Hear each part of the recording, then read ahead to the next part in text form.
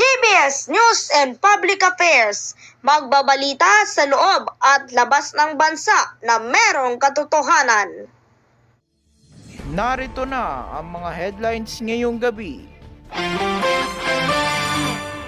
Filipino national kumpirmadong nasawi sa Maui wildfire ayon sa DFA. PDL na si Michael Cataroha nagpanggap na dalaw.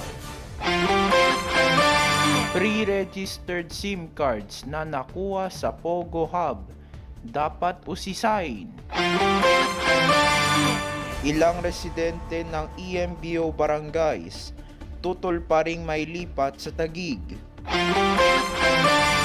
Pagtatag ng presyo ng bigas dahil sa anihan, inaasahan ni Pangulong Bongbong Marcos.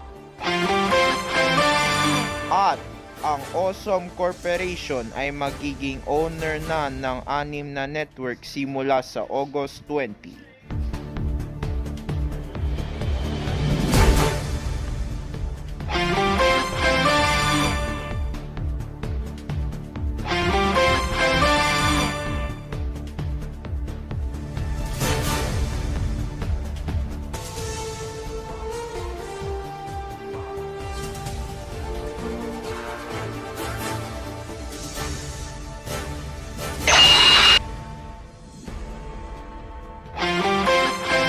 Magandang gabi bayan, ngayon ay ika-28 ng Agosto taong 2023 at una sa ating mga balita.